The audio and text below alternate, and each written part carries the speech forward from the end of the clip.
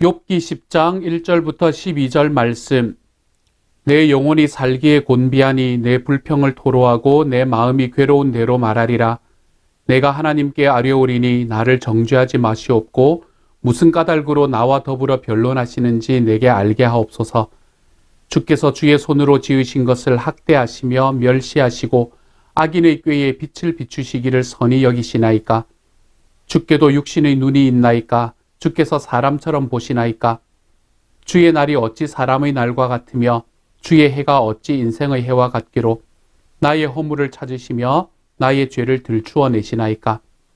주께서는 내가 악하지 않은 줄을 아시나이다. 주의 손에서 나를 벗어나게 할 자도 없나이다. 주의 손으로 나를 빚으셨으며 만드셨는데 이제 나를 멸하시나이다. 기억하옵소서. 주께서 내 몸 지으시기를 흙을 뭉치듯 하셨거늘 다시 나를 티끌로 돌려보내려 하시나이까. 주께서 나를 젖과 같이 쏟으셨으며 엉긴 젖처럼 엉기게 하지 아니하셨나이까. 피부와 살을 내게 입히시며 뼈와 힘줄로 나를 엮으시고 생명과 은혜를 내게 주시고 나를 보살피심으로 내 영을 지키셨나이다. 아멘. 오늘의 말씀은 욥이 하나님을 향해서 단언하는 내용을 우리에게 들려주고 있습니다. 욥은 세 가지의 방향으로 이야기를 한다라고 말씀을 드렸지요. 욥은 먼저 자기의 친구들을 향해서 이야기하는 때가 있고요.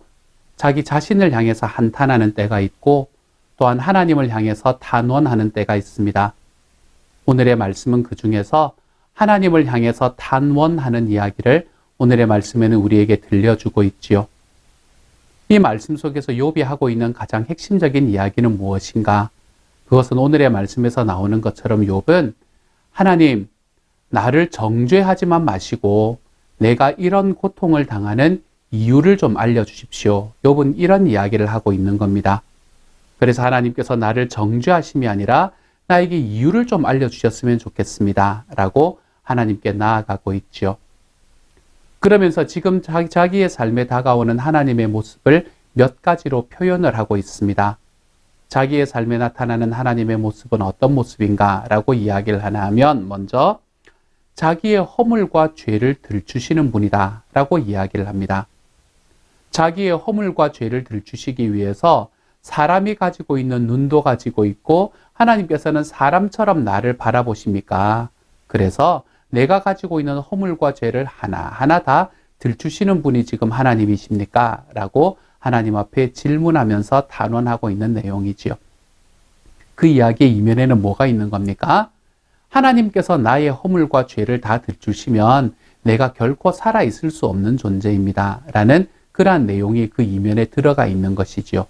또 하나는 하나님께서 그렇게 나의 허물과 죄를 다 들추실 만큼 나는 큰 존재가 아닙니다. 라는 것을 우리에게 이야기해 주는 이야기가 그 내용 안에 들어가 있기도 합니다. 어쨌든 욥은 지금 하나님 앞에서 지금 하나님께서는 나의 허물과 죄를 하나하나 다 들추셔서 그 모든 것으로 나를 심판하고 계시는 분이 아니십니까? 이렇게 이야기하고 있죠. 또한 욥이 표현하는 하나님은 어떤 분인가 하면 나를 빚으셨는데 그런데 지금 나를 멸하고 계시는 분도 바로 하나님이십니다. 라고 이야기하고 있는 거예요. 나를 빚으시고 여기까지 살아오게 하셨는데 어떻게 나를 멸망시키는 자리까지 이르는 것도 이렇게 하는 것도 하나님이 되실 수가 있습니까? 이것을 좀 더 은유적으로 말하면 하나님께서는 토기장이가 되셔서 나를 빚으신 분이신데 이 토기를 구우신 분이신데 어떻게 이 토기를 깨뜨리는 일까지 하나님께서 하십니까? 이렇게 하나님 앞에 단언하고 있는 이야기가 오늘의 말씀에서 욥이 표현하고 있는 하나님에 관한 이야기예요. 그런데 이 이야기를 하면서 욥은 자기의 마음속에 있는 하나님에 대한 신앙들을 중간중간에 고백하는 것을 우리는 또한 볼 수 있게 됩니다. 하나님에 대해서 욥이 하는 신앙, 그 신앙의 고백을 한번 들어보십시오. 먼저 무엇이라고 이야기 안 하면 욥은 나는 주님께서 손으로 지으신 존재다 라는 것을 먼저 이야기하고 있습니다. 3절의 말씀에서 그렇게 말하고 있죠. 내가 주님께서 나를 손으로 지으신 존재이기 때문에 나의 삶은 하나님께서 인도해 가시는 것이 너무나 당연하다라는 것을 욥은 지금 고백하고 있는 겁니다.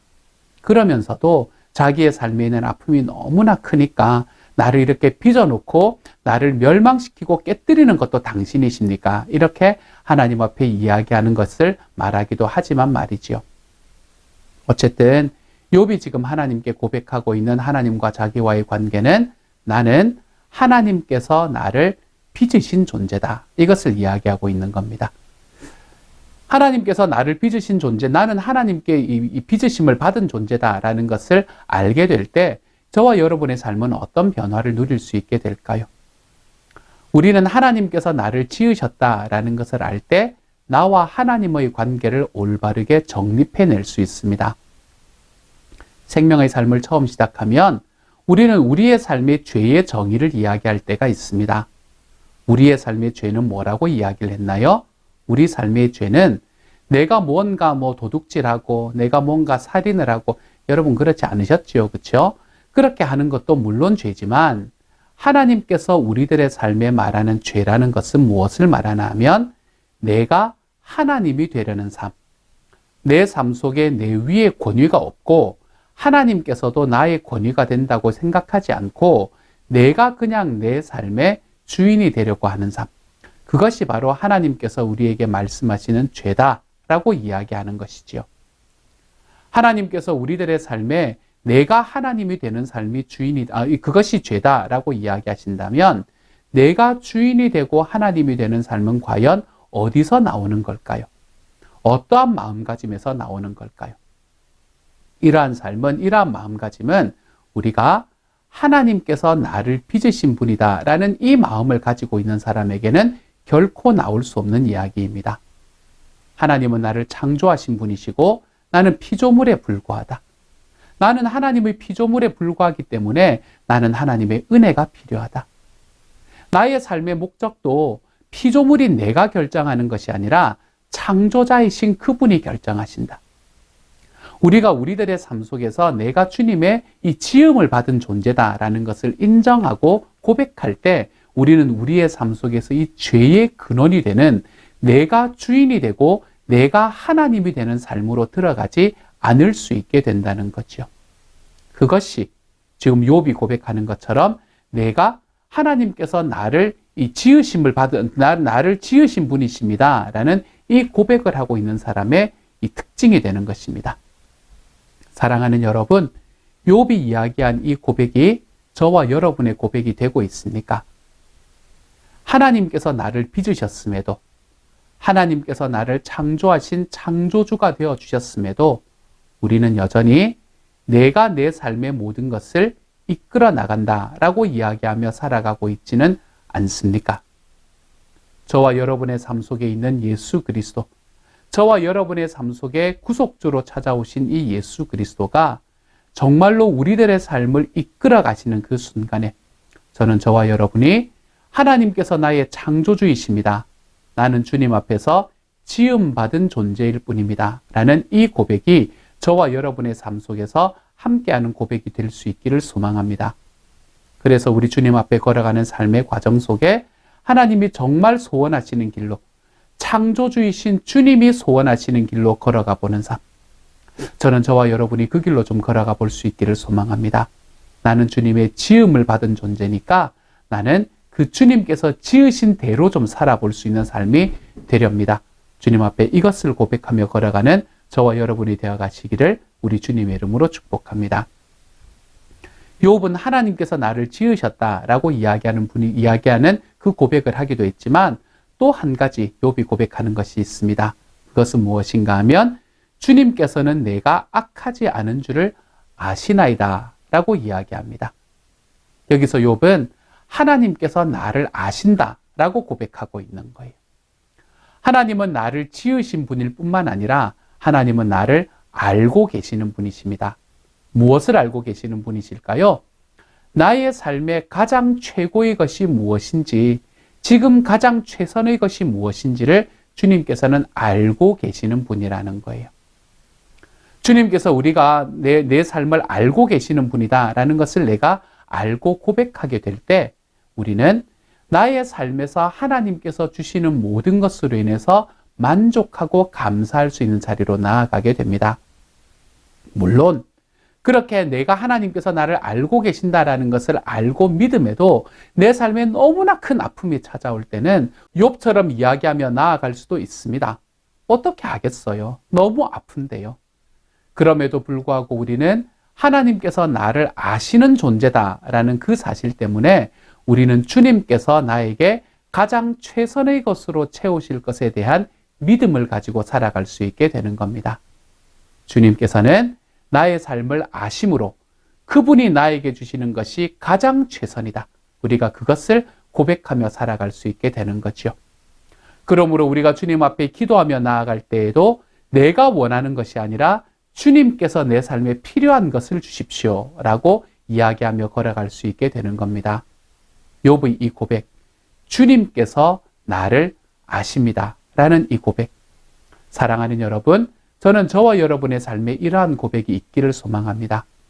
나를 만드신 분께서 나를 아십니다. 그리고 나를 아시는 하나님께서는 저와 여러분과 인격적인 관계를 맺기를 원하시는 분이 되셨습니다. 이 하나님과의 인격적인 관계를 맺으며 주님은 나를 알고 나는 주님을 알고 그러한 과정 속에서 창조주이신 하나님과 피조물인 나와의 관계를 하나님 앞에 아름답게 유지해 나가며 내가 내 삶의 주인이 되고 내가 내 삶의 하나님이 되는 것이 아니라 하나님께서 내 삶의 주인 되시고 하나님께서 내 삶의 하나님이 되심을 우리 삶에 고백하며 걸어가 내 삶에 가장 필요한 것을 알고 채우시는 하나님께 감사하며 걸어가 볼 수 있는 주님의 사람이 되시기를 우리 주님의 이름으로 축복합니다. 함께 한번 기도하십시다. 주님, 욥이 아파서 하나님 앞에 탄원하는 이야기를 듣습니다. 들으면서 제 마음도 아픕니다. 그렇지만 그 과정 속에서 욥이 또한 고백하는 내용이 있습니다.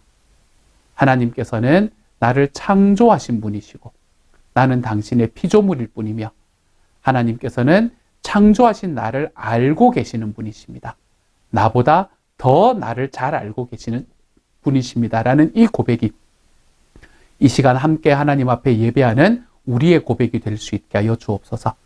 그래서 내가 주인 되어 하나님조차도 이렇게 저렇게 해야 된다라며 이야기하며 나아가는 사람이 아니라 나의 삶에 내가 피조물됨을 인식하고 주님 앞에 겸손함으로 나아가 하나님께서 내 삶에 주시는 그것들이 알고 주시는 것이기 때문에 가장 최선인 것을 기억하고 그것을 믿으며 걸어가 볼 수 있는 하나님의 사람이 되도록 주여 도우시고 함께하여 주옵소서.